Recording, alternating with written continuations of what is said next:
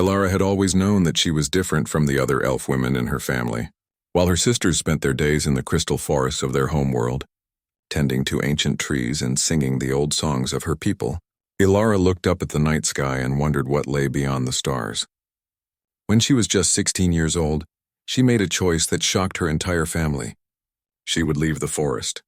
She would leave everything she had ever known. She would venture into the vast darkness of space to find her own path among the stars. The journey to the first space station took 3 weeks aboard a merchant vessel. Ilara had very little money, so she worked in the ship's kitchen, scrubbing pots and preparing meals for the crew. The other workers on the ship thought she was strange. Elf women were rare in the outer colonies, and most had never seen one before. They whispered about her pointed ears and her unusual eyes that seemed to see things in ways that human eyes could not. But Ilara did not let their stares bother her. She was used to being different. Being different was the whole reason she had left her home. When the merchant ship finally docked at Station Kepler 7, Ilara stepped out into a new world. The station was enormous, a massive wheel of metal and light spinning slowly in the darkness of space. Thousands of people from dozens of different species walked through its corridors. There were humans from the Earth colonies, crystalline beings from the Silicon worlds, and creatures that Ilara had never even imagined in her wildest dreams. For the first time in her life, she felt like she belonged somewhere. In a place where everyone was different, being different was normal. She took a job as a mechanic in the lower docks. Her elf strength and her natural understanding of how things worked made her valuable to the dock managers. Within a year, she had saved enough money to buy passage to a remote research outpost in the Outer Rim. It was there, deep in a cave system on a moon called Drexo 7, that everything changed. It was there that she found the dragons. She had been exploring the caves during her rest period, mapping out the geological formations for a mining company that had hired her. The cave system was vast and beautiful, with crystalline formations that caught the light and scattered it into 1,000 different colors. She was so focused on her mapping that she almost did not hear the sounds at first. Small chirping noises, frightened cries, sounds of hunger and fear combined together. When she finally found them, there were 2 baby dragons huddled in a small alcove deep in the cave. They could not have been more than a few weeks old. Their scales were dull and lifeless, and their eyes were only half open. They were so thin that she could see every rib bone through their skin. Someone had clearly abandoned them here, left them to die in the darkness. Ilara knelt down slowly, speaking in soft tones so as not to frighten them further. The dragons did not fight her. They were too weak to fight anything. When she picked them up, they were light as feathers, barely more than bone and skin in desperate need. She wrapped them in her emergency survival blanket and rushed back to her quarters on the research station. The station's veterinary doctor thought she was crazy. Dragons were dangerous, unpredictable creatures, but the doctor was also a decent person, and he could not turn away 2 dying animals. He helped Ilara set up a makeshift nursery and showed her how to prepare special nutrition pastes that might keep the dragons alive. For weeks, Ilara did nothing but work and care for her dragons. She named them Zephyr and Storm because of the way they moved, so fast and graceful that they seemed like natural forces rather than physical creatures. She learned what they liked to eat and what made them comfortable. She learned the different sounds they made and what each sound meant. Slowly, day by day, the dragons began to grow stronger. Their scales began to shine with color. Their eyes became bright and alert. And most importantly, they began to form a bond with Ilara that went deeper than simple care and feeding. It was a bond that transcended language and species. It was a bond built on trust and love and the shared experience of survival. When Zephyr was finally strong enough to stand, the first thing he did was climb onto Ilara's shoulder and rest his small head against her neck. When Storm could fly for the first time, she circled around Ilara in patterns of pure joy, chirping sounds that seemed almost like laughter. The research station's director was not happy about Ilara keeping 2 dragons. Dragons were not domesticated animals. They were wild creatures that belonged in the open sky, not confined to human habitats. He gave her an ultimatum: get rid of the dragons or lose her job. Ilara made her choice without hesitation. She packed her few belongings, loaded Zephyr and Storm into a specialized carrier, and purchased passage on a merchant vessel heading deeper into the outer colonies. For the next 5 years, Ilara and her dragons traveled from station to station, moon to moon, taking whatever work they could find. She worked as a cargo handler, a security consultant, a salvage operator, and sometimes as a guide for wealthy tourists who wanted to see dangerous places and live to tell about it. Everywhere she went, her dragons were with her. They had grown to their full adult size, though they remained small compared to the massive sky dragons that lived on the dragon worlds. But what they lacked in size, they made up for in speed, intelligence, and a fierce loyalty to Alara that never wavered. On Station Meridian, she met a human captain named Victoria, who owned a small survey ship. Victoria was impressed by how Alara and her dragons worked together. She offered Alara a permanent position as her second officer and security specialist. For the first time since leaving her homeworld, Alara felt like she had found something that might last. She accepted Victoria's offer, and for 3 beautiful years, she traveled the stars with the captain and her crew, mapping new colonies, discovering ancient ruins, and helping humans and aliens learn to work together. But happiness, Alara learned, was never permanent in the outer colonies. A terrible accident occurred during a deep space salvage operation. Victoria's ship encountered a solar flare that the sensors had missed. The ship was damaged beyond repair, and Victoria died, saving the rest of the crew. Alara and her dragons were among the survivors, but Alara was devastated. Victoria had become like a sister to her. The grief was almost too much to bear. When the rescue ship finally found them and brought them to Station Prometheus, Alara did not know what to do with herself anymore. She had no purpose, no mission, no reason to keep moving forward. She rented a small room near the docking bays and took a simple job maintaining the station's power systems. She still had her dragons, and they still loved her with their entire beings, but Alara felt empty inside, like she had lost something that could never be replaced. She spent her days working in the station's mechanical depths, and her nights sitting in the observation deck with Zephyr and Storm, watching the stars and thinking about all the choices that had brought her to this moment. She thought about her family in the crystal forests who probably believed she was dead. She thought about Victoria and all the wonderful adventures they had shared. She thought about what it meant to be an elf woman alone in a galaxy full of humans and aliens and creatures that she did not understand. She did not know that everything was about to change again. She did not know that an assassin from the collective had already been hired to eliminate a high-ranking political officer who was currently staying on Station Prometheus. She did not know that her life was about to be turned upside down once more, or that the skills she had developed over 5 years of survival in the outer colonies would finally be put to their ultimate test. She did not know that within days, she would become a hero not just to herself, but to an entire space station full of people who had never understood that elf women could be warriors and protectors just as much as any human could be. But her dragons knew something was coming. In the way that animals always know when the world is about to shift, they could sense it.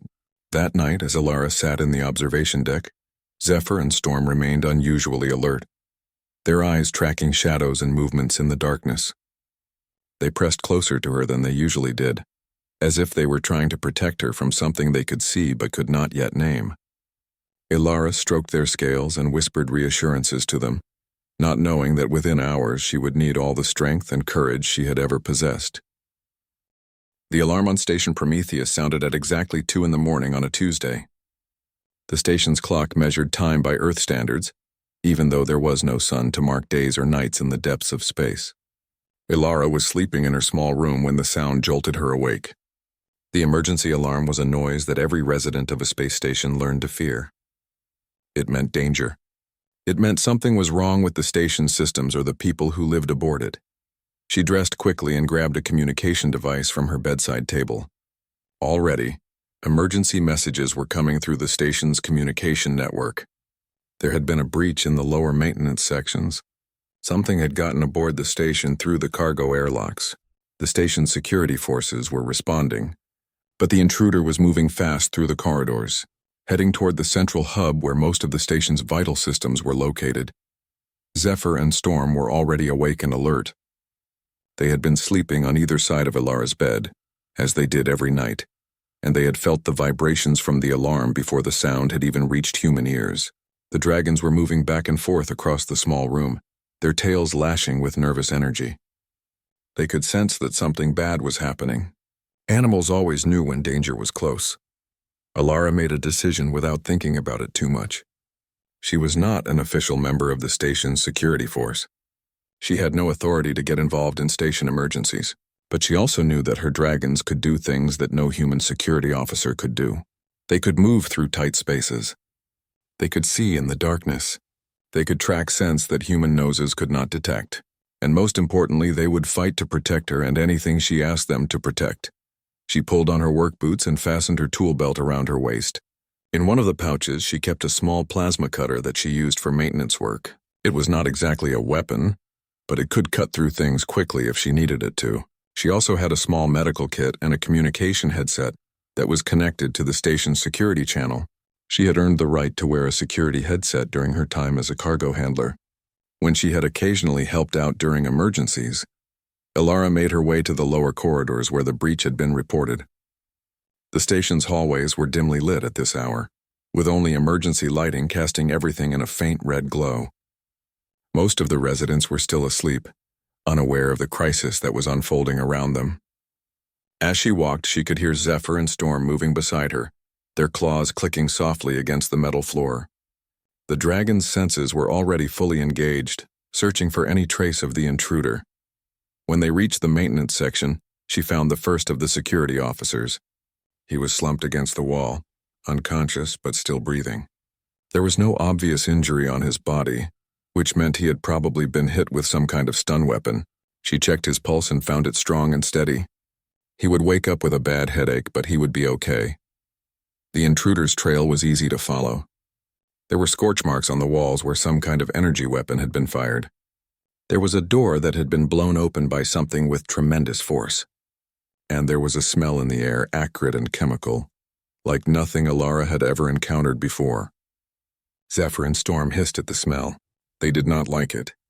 It made them angry and afraid at the same time. The dragons led her deeper into the maintenance corridors, following the trail like they were hunting prey. They moved with perfect confidence through the twisting passages, never hesitating, never questioning the path they were taking. Ilara followed them, her hand resting on the plasma cutter at her belt. She could hear the security channel on her headset crackling with confused voices. The intruder was moving faster than anyone had expected. It had already taken down 3 security officers. It had avoided 2 security checkpoints by going through passages that only maintenance workers were supposed to know about. They found the second security officer near the main power distribution center. This one had been hurt more seriously. There was a burn mark on his shoulder where some kind of energy weapon had struck him. Ilara quickly applied medical treatment from her kit and called for a medical team to come pick him up. She stayed with him just long enough to make sure he was stable. Zephyr and Storm were getting more agitated as they moved forward. They were making small hissing sounds and their scales were beginning to glow faintly, with a color that Ilara had learned meant stress and danger. She reached down and touched their heads, trying to calm them. She could feel their fear, but she could also feel their determination. They would protect her. They would fight whatever was coming. When they reached the main power core chamber, Ilara knew they were at the right place. This was where the station's primary systems were located. If someone wanted to damage the station or take it over, this is where they would come. The door to the power core was slightly ajar, which was wrong. It should have been sealed and locked. She pushed it open slowly and stepped inside. What she saw made her blood run cold. Standing in front of the main power console was a figure like nothing she had ever imagined. It was tall and heavily armored, with mechanical parts integrated into a body that seemed to be part organic and part machine. Its armor was dark and seemed to absorb light rather than reflect it. In its massive hands, it held a weapon that hummed with a faint sound of controlled energy. This was not a human intruder. This was something else entirely. This was something that had been built or created rather than born. The figure turned toward her, and Ilara could see what appeared to be eyes made of red light scanning her and her dragons with cold calculation. A voice came from the armored figure, speaking in perfect English but without any emotion or accent. The voice said that she should leave immediately. The figure had no interest in harming innocent bystanders. It had come to this station with a specific mission. Once that mission was complete, it would leave. Ilara had no reason to involve herself in things that did not concern her. Ilara took a step forward rather than stepping backward. She had never been good at following orders from authority figures. and she certainly was not going to follow orders from some armored machine that had invaded her station. She asked the figure what its mission was. She asked it why it had hurt the security officers. She asked it what it wanted with the station's power systems. The figure did not answer her questions. Instead, it turned back to the power console and continued working on whatever task it had been assigned. Alara could see that it had already partially hacked into the station's systems. It was trying to disable the main reactor without destroying the entire station. This suggested that whoever had sent this assassin did not want to destroy the station, just damage it enough to accomplish some other goal. Alara reached up and felt Zephyr and Storm shifting on her shoulders. She could feel their desire to attack, to protect her and their territory. But they were also waiting for her command. That was the thing about having dragons that loved you. They trusted you completely. They would do whatever you asked them to do, even if it meant fighting something that was much larger and more powerful than they were. She made a choice. She reached out mentally through the connection she shared with her dragons and sent them a simple command. Go. Protect the station. Stop this thing. Zephyr and Storm moved like lightning, launching themselves from her shoulders and diving toward the armored figure. The element of surprise was on their side for just a moment. The figure turned to face them, its weapon beginning to charge, and everything exploded into violence and chaos and the kind of desperate struggle that would decide the fate of everyone aboard Station Prometheus. The fight happened so fast that it was almost impossible to follow the individual movements. Zephyr went low, his small body moving with incredible speed across the metal floor. Storm went high. Her wings spread wide as she flew directly at the armored figure's head. The assassin reacted with terrifying precision, its mechanical systems calculating trajectories and responses faster than any human could have managed. The energy weapon fired, sending a blast of plasma toward Storm. But the young dragon was faster. She twisted in mid-air with an agility that seemed impossible, the plasma blast missing her by mere inches and hitting the wall behind her, leaving a smoking hole in the metal. The blast was so powerful that it sent alarms screaming throughout the station. More damage meant more people would wake up and realize there was something wrong. Zephyr reached the assassin's legs and raked his claws against the armored plates, searching for any weak spot, any place where the armor might be damaged or vulnerable. The claws made a horrible screeching sound as they scraped across metal, but they did not pierce through. The armor was too strong. The assassin was too well protected. The figure moved with surprising agility for something so heavily armored. It spun around with one arm extended, trying to smash Zephyr against the wall. But the dragon had anticipated the move and was already climbing up the figure's back, using the arm itself as a pathway. Storm came at the assassin from above, her teeth snapping at the weapon, trying to dislodge it from the figure's grip. For a moment, it seemed like the dragons might actually be winning. They were moving with perfect coordination, attacking from multiple angles, never giving the assassin a chance to mount an effective defense. But then the figure did something that Alara had not expected. Its back suddenly opened up, revealing spinning blades that were clearly designed to shred anything that got too close. Zephyr screamed, a sound of pain and surprise that cut through Alara's heart like a knife. Blood sprayed across the metal floor as the dragon was thrown off the assassin's back. Storm dove down to try to help her brother, but the assassin grabbed her mid-flight, its massive metal fingers closing around the dragon's wing. The strength in that mechanical grip was tremendous. It could have easily crushed the dragon if it chose to. Alara moved.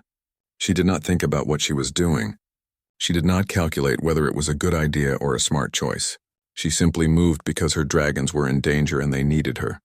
She pulled the plasma cutter from her belt and activated it, the tool beginning to glow with intense heat. She ran at the armored figure and drove the cutting tool directly at the joint, where the assassin's arm connected to its body. The plasma cutter cut through the mechanical components like they were nothing. Wires and fluids and pieces of technology that Alara did not understand went flying. The assassin dropped Storm and screamed. The sound was mechanical and horrible, like metal tearing apart under stress. The figure's grip on the dragon's wing released, and Storm flew back to Alara, landing on her shoulder and wrapping her tail around Alara's neck. Zephyr limped over to them, his breathing heavy and labored. The spinning blades had cut him deeply along his left side. Blood was flowing freely from the wound, staining his green scales a dark red. He leaned against Alara, and she could feel him shaking from pain and shock. The assassin was damaged but not defeated. It turned to face Alara, and she could see that it was analyzing her, calculating her threat level. The voice came again, speaking with that same flat, emotionless tone. The voice said that she had made a serious mistake. She had damaged critical systems. She had attacked an official operative of the collective. She would now be terminated for her crimes against the collective's authority. The weapon came up, and Alara knew that this time there would be no escape. The plasma cutter in her hand was too slow. The distance between them was too great. Her dragons were too injured to help. She was going to die here in the power core chamber of this station, and no one was going to be able to stop it. But then something happened that changed everything. The station's security chief, a large human woman named Keisha, came running into the chamber with 3 other security officers. They had been racing to respond to the breach and the damage reports. When they saw the assassin aiming its weapon at Alara, they did not hesitate. They all fired at once, their plasma rifles creating a crossfire of energy blasts that came at the assassin from multiple angles. The figure was hit multiple times. Its armor was designed to withstand sustained fire, but it had not been designed to handle coordinated attacks from multiple sources while already damaged by Alara's plasma cutter. Its weapon fell from its hand and it staggered backward, its movements becoming erratic and uncontrolled. Keisha ran to Alara and helped her get the injured dragons away from the assassin. More security officers came into the chamber, their weapons trained on the damaged figure.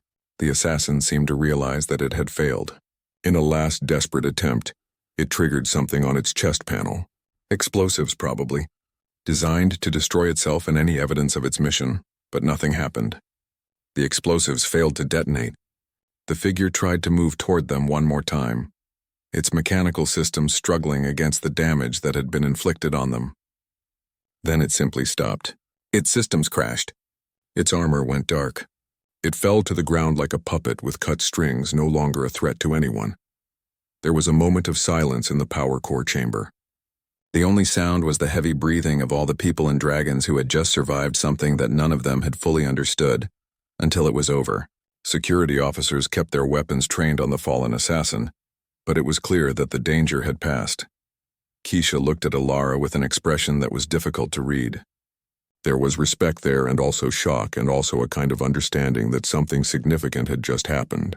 She said that she had seen the security footage from the hallway cameras. She had seen Alara fighting alongside her dragons. She had seen what it took to survive an encounter with a collective assassin. Keisha said that the station was in Alara's debt. She said that Alara had saved the lives of everyone aboard. She said that she was making an official offer. The station needed someone like Alara, someone who was willing to fight for others, someone who understood how to work with creatures and people who were different from the mainstream. She was offering Alara a permanent position as head of a new security division. The division would include advanced protocols for dealing with non-human threats. The division would be led by someone who understood that elf women and dragons could be just as valuable to the mission of protecting humanity as any human soldier could. Alara looked at Zephyr and Storm, her dragons, looked back at her with eyes full of pain and exhaustion and absolute loyalty. They were hurt, but they were alive. More importantly, they had proven something to everyone aboard the station. They had proven that different species could work together. They had proven that elf women could be warriors. They had proven that the bonds of trust and love between different kinds of beings could be more powerful than any weapon. She looked at Keisha and said yes. She would accept the position. She would help build this new security division. She would work with the station to make sure that nothing like this ever happened again. But first, her dragons needed medical attention. Storm's wing was badly injured. Zephyr's cuts were deep and potentially serious. Keisha nodded and called for medical teams to come to the power core.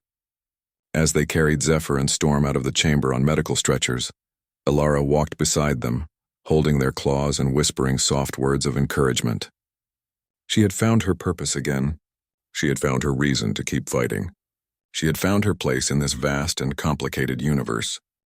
The medical bay of Station Prometheus was not designed to treat dragon injuries. The veterinary section of the medical facility was small, and usually only had to deal with minor health issues in the few animals that some of the station's residents kept as pets. But the station's head doctor, a kind woman named Susan, was determined to save Zephyr and Storm despite the challenges. Alara sat in the waiting area outside the surgical theaters, Her hands clasped together so tightly that her knuckles turned white. She had known Zephyr and Storm since they were helpless hatchlings, barely alive and desperate for food and warmth. They were not just her companions. They were her family. The thought of losing them was almost more than she could bear. A nurse came out and told her that the surgery on Storm's wing was going well. The wing had been damaged by the mechanical grip of the assassin, but the bones were not shattered.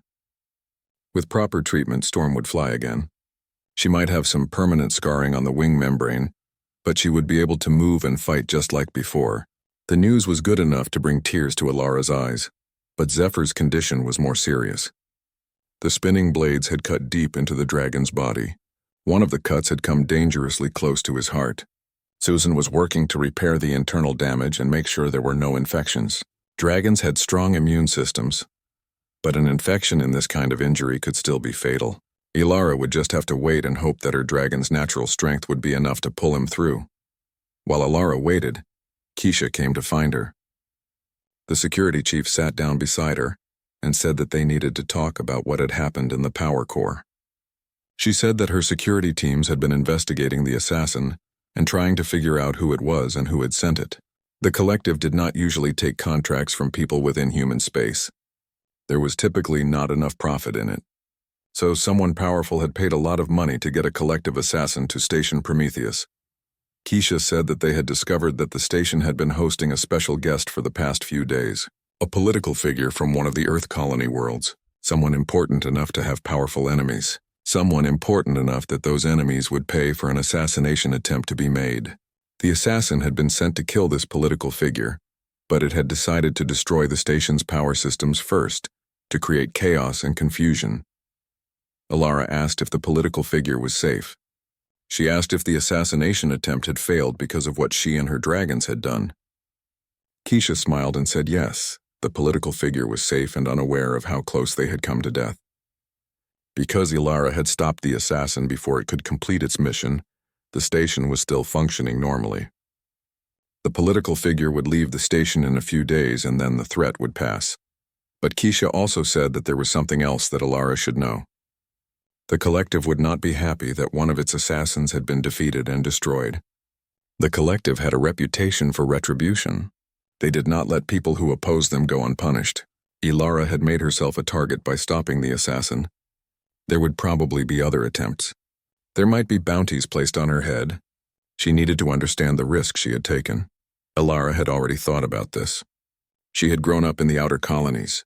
She understood how the collective worked and what kind of danger she had put herself in. But she also understood that sometimes doing the right thing came with a cost. Sometimes protecting others meant putting yourself at risk. That was the price of being strong enough to make a difference. She told Keisha that she was not afraid. She had her dragons, and together they were strong. As long as she had Zephyr and Storm, she could face whatever came next. They had proven themselves in combat. They had proven that they were willing to fight for what was right. Together they would be ready for whatever the collective decided to do. Hours passed slowly.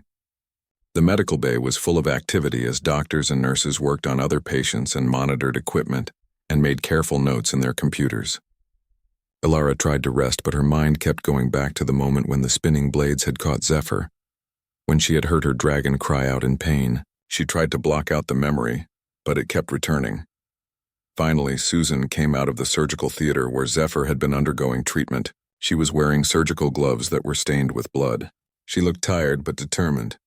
She sat down beside Ilara and said that the surgery had gone well.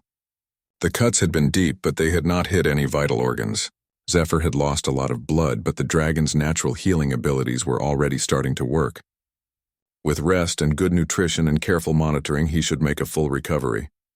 The tears came again, and this time Ilara did not try to stop them. She asked if she could see Zephyr. Susan said that he was still unconscious from the anesthesia, but he should wake up in a few hours. In the meantime, Ilara could sit with him if she wanted to. Sometimes patients recovered better when someone they loved was nearby. Ilara spent the next 12 hours sitting beside Zephyr's medical bed, holding his claw and whispering soft words to him. She told him stories about the times they had shared. She told him about the first day she had found him in the cave. She told him about all the adventures they had gone on together. She promised him that he would heal. and that they would fight more battles together, and that as long as she lived, she would protect him just as fiercely as he had always protected her. Storm was moved to a recovery bed not far from Zephyr's. The dragon's wing was bandaged and immobilized to allow it to heal properly. Storm regained consciousness before Zephyr did. When she saw Ilara sitting beside Zephyr's bed, she made a soft chirping sound, a sound of joy and relief. Ilara went to Storm and held the dragon close, feeling the warmth of her body and the strong beating of her heart. When Zephyr finally woke up, the first thing he did was look for Ilara. When he saw her, his eyes brightened with recognition and happiness. He tried to move to get up and greet her properly, but the pain was too much and he settled back down on the medical bed. Ilara sat beside him and stroked his head gently, careful not to disturb any of the bandages or medical equipment that was monitoring his condition. She whispered that he had been brave and strong, and that she loved him more than anything in the universe.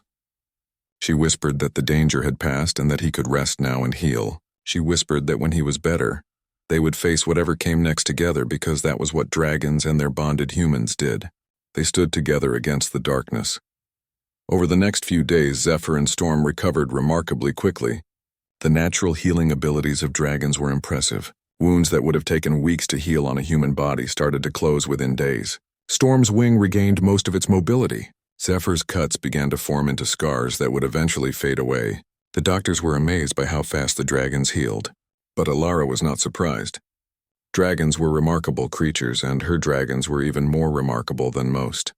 When Zephyr and Storm were finally released from the medical bay, a small group of people came to greet them. Keisha was there with several of her security officers. There were also some of the station's residents who had heard about the encounter in the power core and wanted to thank Ilara and her dragons for saving everyone aboard. Some of the people brought gifts, food for the dragons, medical supplies. Gifts that seemed small but meant a lot to Ilara because they came from genuine gratitude. Keisha made an announcement that Ilara's new position as head of the Advanced Security Division would begin immediately. She would have resources and authority to build a team that could handle threats that regular security forces could not manage. She would have Ilara's experience and her dragon's natural abilities to draw upon. Together, they would make Station Prometheus safer for everyone who lived and worked aboard it. As Ilara walked out of the medical bay with Zephyr and Storm at her side, she thought about how much her life had changed. Years ago, she had left her homeworld as a young elf woman searching for something she could not quite name. She had found pain and loss and struggle, but she had also found her dragons, and through them she had found purpose. 6 months passed. Station Prometheus had changed in ways that no one had anticipated when Ilara first took over the Advanced Security Division. The station's traditional security force was still there, still doing their jobs of monitoring the station's systems and making sure that rules were followed. But now there was also something new. A team of specialists who worked with Ilara and her dragons to handle the kinds of threats that regular security officers were not equipped to deal with. Ilara had recruited people to her team carefully. There was a human named Marcus who had military experience and understood combat strategy. There was an alien being called Trez, who could sense electromagnetic energy and could predict when technical systems were about to fail. There was a young human woman named Lily, who had a gift for understanding alien psychology, and could talk her way out of most conflicts without anyone getting hurt. And of course there were Zephyr and Storm, who had become living symbols of what it meant to stand against darkness and evil. The team trained together every day. They ran through scenarios that Ilara created based on the kinds of threats they might encounter. They learned how to work with Zephyr and Storm in combat situations. They learned how to trust each other and how to move as one unit, rather than as a group of individuals. They learned that sometimes the greatest strength came from working with people who were different from yourself. Word spread throughout the outer colonies about what Ilara was doing. There were stories about the elf woman and her dragons who had defeated a collective assassin. There were rumors that she was training a special security force that could handle any kind of threat. Young elf women who might have otherwise followed traditional paths and stayed in the crystal forests started to think about other possibilities. Young humans who had never considered working with non-human species started to understand that cooperation was possible. One day, Ilara received a message from her family back on her homeworld. Her sisters had heard the stories about her. They wanted her to know that they were proud of her.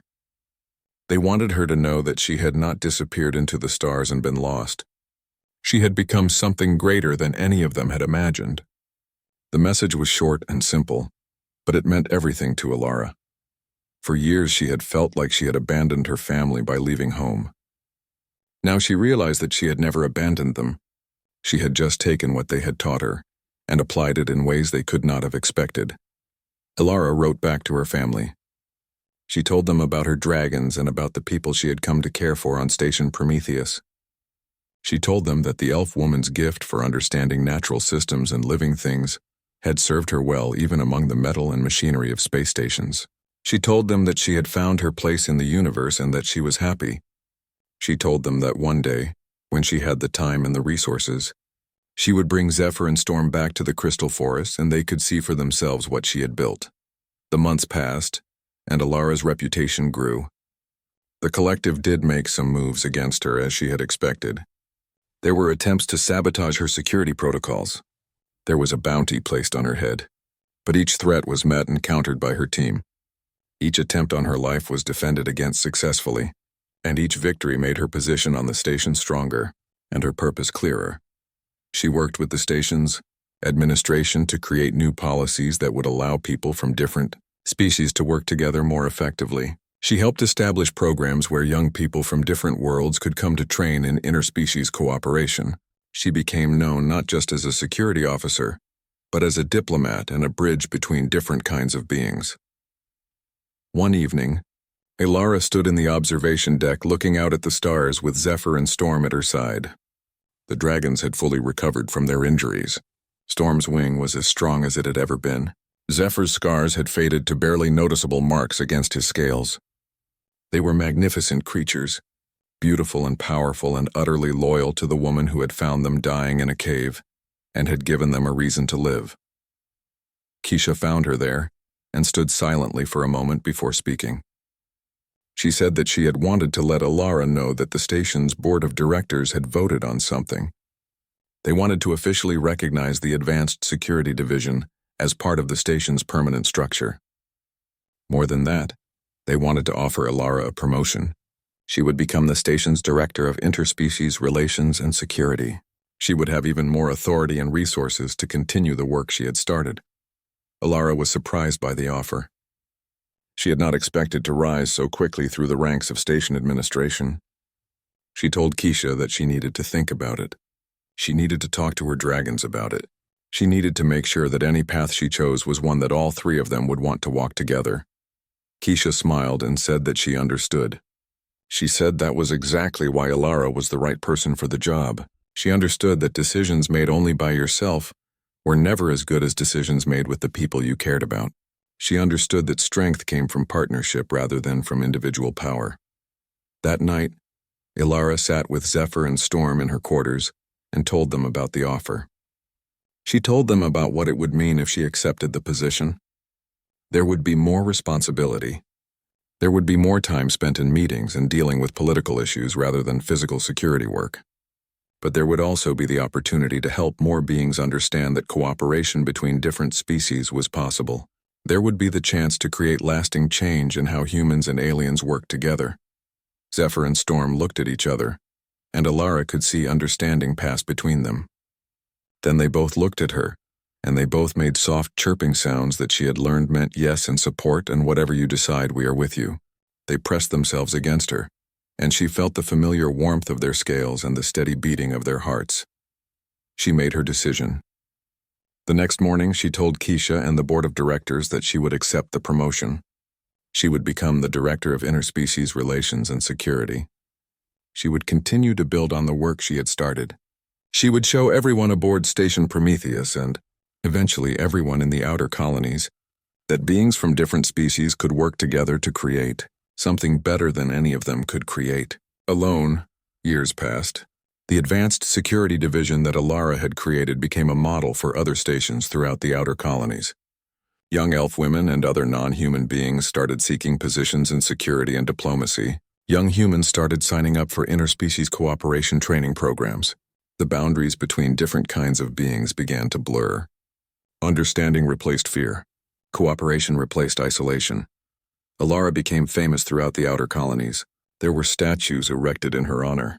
There were stories told about the elf woman and her dragons. Children learned about her in school. But Alara did not care much about fame or statues. What mattered to her was that the work was being done. What mattered to her was that Zephyr and Storm were healthy and happy. What mattered to her was that every day, she had the chance to make a difference in the lives of people and beings around her. On the day of a special ceremony recognizing her contributions to interspecies cooperation, Alara stood on a stage in front of thousands of people from dozens of different species. Zephyr and Storm stood beside her, their scales gleaming under the lights. The ceremony was being broadcast throughout the outer colonies to millions of viewers. As Alara looked out at all the faces, she thought about the journey that had brought her to this moment. She thought about her family in the crystal forests and how they had given her the strength to survive. She thought about Captain Victoria, who had believed in her and had given her purpose. She thought about the moment in the cave when she had found Zephyr and Storm dying and had chosen to save them. She thought about every choice she had made, every risk she had taken, every moment of doubt she had overcome. And she realized that this was what her life had been building toward. Not fame or recognition or statues or ceremonies, but the simple fact that beings from different worlds and different species had come together in this moment and this place to celebrate the idea that cooperation was possible, that trust was possible, that love could transcend any boundary of biology or culture or history. She reached down and touched Zephyr and Storm, and they pressed against her legs in a gesture of absolute love and loyalty. She looked out at the crowd and smiled, knowing that the future was going to be different from the past, knowing that because of what they had all done together, the universe was going to be a better place. She began to speak, telling her story to millions of listeners, telling them about a young elf woman and her dragons and how they had learned to trust each other and to fight for what was right. She told them that anything was possible if you were willing to work with people different from yourself. She told them that the greatest strength came not from being alone, but from standing together with others who had chosen to fight for the same ideals of justice and compassion and hope.